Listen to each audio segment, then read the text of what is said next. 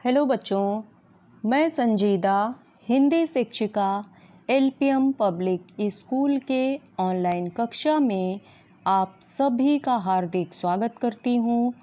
प्यारे बच्चों, ईश्वर करे आप स्वस्थ रहें, प्रसन्न रहें, मुस्कुराते रहें, आपका दिन शुभ हो। तो चलिए आज की कक्षा आरंभ करते हैं। देखिए बच्चों, आज हम सब अपनी पाठ्य पुस्तक परिवेश के कक्षा 7 के पाठ 5 प्रकरण है हमारे दीनू काका नामक पाठ का अध्ययन करेंगे। इसके लेखक हैं लक्ष्मी जैन। प्रस्तुत पाठ डायरी विधा में लिखा गया है। इसमें एक बच्चा होता है, वो प्रतिदिन उसके साथ जो भी कुछ होता है वह उसे डायरी में लिखता है।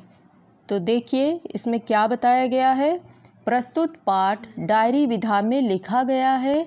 बूढ़े माली काका नितांत अकेले थे, परंतु सोसाइटी में मिलजुल कर रहने के कारण वहाँ के लोग उनके घर के सदस्य की तरह हो गए थे। लेकिन मकान मालिक के कर्कश व्यवहार ने सोसाइटी के बच्चों में एकता का भाव जगा दिया और वे अपने बूढ़े माली काका के लिए सब कुछ करने को तैयार हो गए। देखिए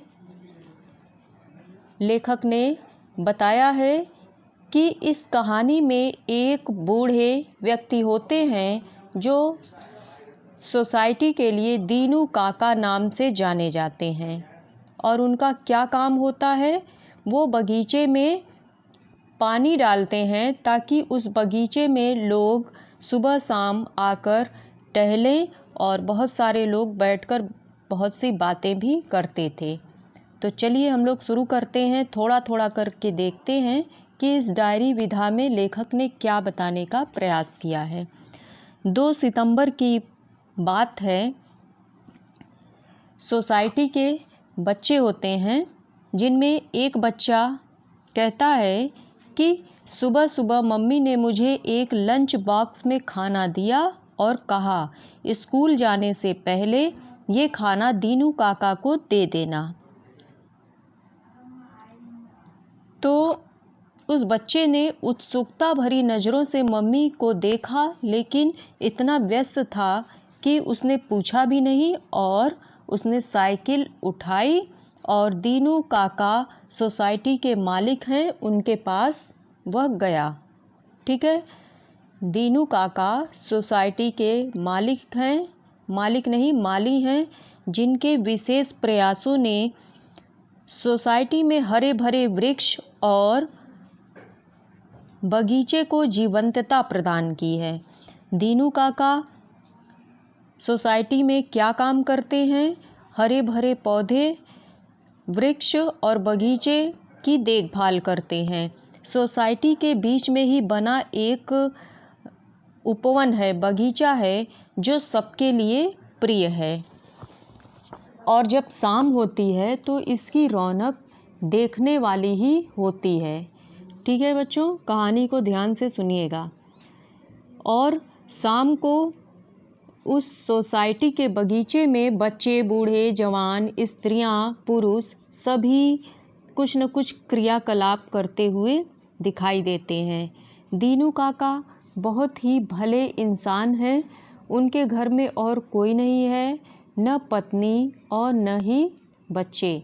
लेकिन आजकल वो बीमार हैं, इसलिए हम सब बच्चे बगीचे की देखभाल करते हैं और सुबह शाम उनके घर कोई न कोई खाना पहुंचा देता है।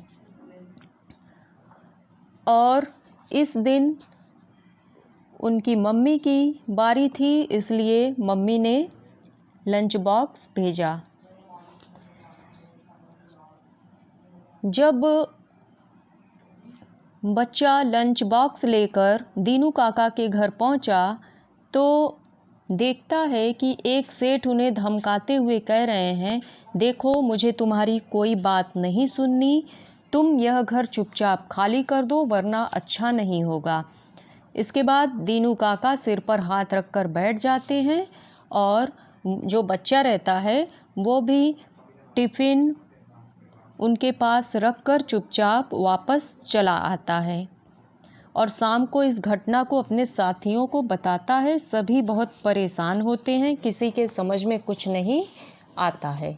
फिर 3 सितंबर की बात है, रविवार का दिन होता है और सुबह सुबह 7 बजे बच्चों की टोली बगीचे में पहुंच जाती है। दीनू काका भी घर पर आ जाते हैं। वे चुपचाप क्यारियों में खुरपी से मिट्टी ऊपर नीचे करने लगते हैं। तभी निसी नाम की एक बच्ची होती है जो हिम्मत करके दीनू काका से पूछती है कि काका, कल वह आदमी आपके यहाँ आया था? तो काका बोलते हैं, हाँ वही जो आप पर चिल्ला रहा था। कौन था, क्या चाहिए था उसे? तो दीनू काका बोलते हैं, कुछ नहीं बेटा, घर खाली करने को कह रहा था। मेरा मकान मालिक है, मैंने 2 महीने से उसका किराया नहीं दिया, बस इसीलिए वह गुस्सा हो रहा था। कोई नहीं बेटा, दे दूंगा उसके पैसे, कहकर दीनू काका दूसरी क्यारियों को भी ठीक करने लगते हैं और बच्चों की टोली असमंजस भरी नज़रों से एक दूसरे को देखने लगती है। फिर क्या होता है, 4 सितंबर की बात होती है। दीनू काका दोपहर के समय अपने घर के बाहर चारपाई पर लेटे हुए होते हैं। ऋषभ और श्रुति का भी घर वहीं था, इसलिए वो दीनू काका के साथ होने वाली हर घटना पर नज़र रखते थे। तभी वहाँ पर अपनी कार से वह आदमी आया और उसने फ्लैट का एक छोटा सा कमरा दीनू काका को दिया हुआ था। उसी छोटे से कमरे में दीनू काका रहते थे और उसके घर की देखभाल भी करते थे। वह सेठ आते ही गुस्से से चिल्लाने लगता है तो ऋषभ ने जल्दी से अपने सारे दोस्तों की टोली को बुला लेता है और तभी सेठ आकर चिल्लाता है। सेठ के साथ 2 आदमी भी आए रहते हैं और दीनू काका के घर के सामान को बाहर निकालना शुरू कर देते हैं। फिर तभी सोसाइटी के प्रधान के यहाँ बच्चे जाते हैं और उनको बुला लाते हैं, तो जिनका नाम होता है बंसल अंकल। और बंसल अंकल आते नहीं, लेकिन बच्चों के बहुत कहने पर जब वो आते हैं तब उन्होंने सेठ से जब बात की तो सेठ ने गुस्से से बोला, जनाब मुझे पैसे से मतलब है, मुझे पता नहीं ये कहाँ जाएंगे, आप बच्चों की बातों में मत आइए, चलो जाओ बच्चों यहाँ से। ऋषभ ने हिम्मत दिखाई और अंकल से कहा, आपका कितना किराया है? तो सेठ ने गुर्राते हुए कहा, क्यों, क्या तुम दोगे? तो बच्चा बोलता है, अगर संभव हुआ तो ज़रूर दूंगा, लेकिन आप हमारे दीनू काका को घर से न निकालो।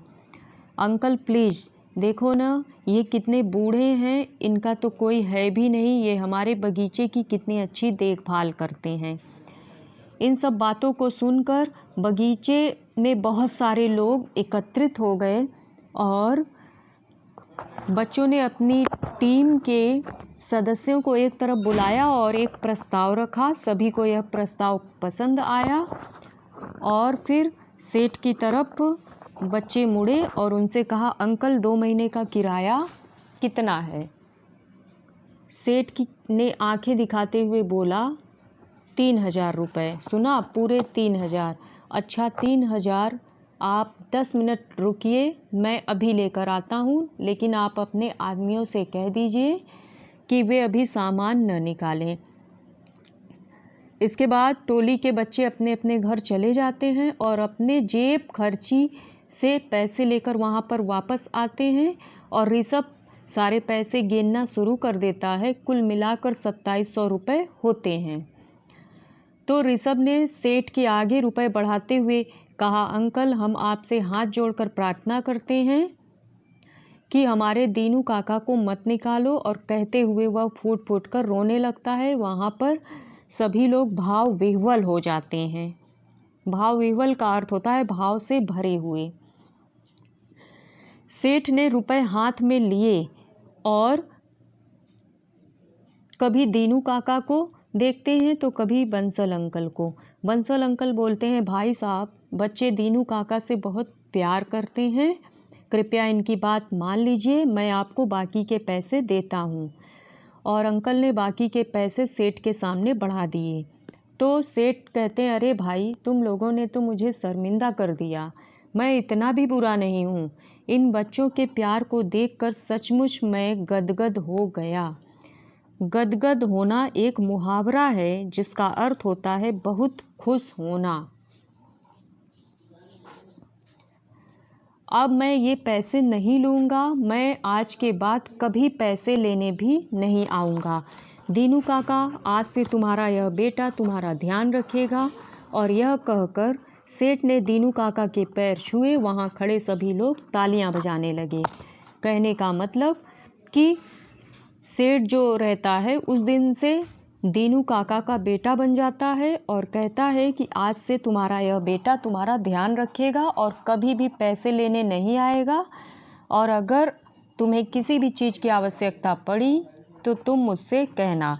दीनू काका अपनी आंखों में खुशी के आंसू लिए सबको आशीर्वाद देने लगते हैं। आज दीनू काका को सभी लोग हमेशा के लिए पा लिए थे। तो यही इस कहानी का सारांश था। तो कहानी अच्छे से समझ में आई होगी बच्चों। चलिए इसके कुछ कठिन शब्दार्थ को भी हम लोग देख लेते हैं।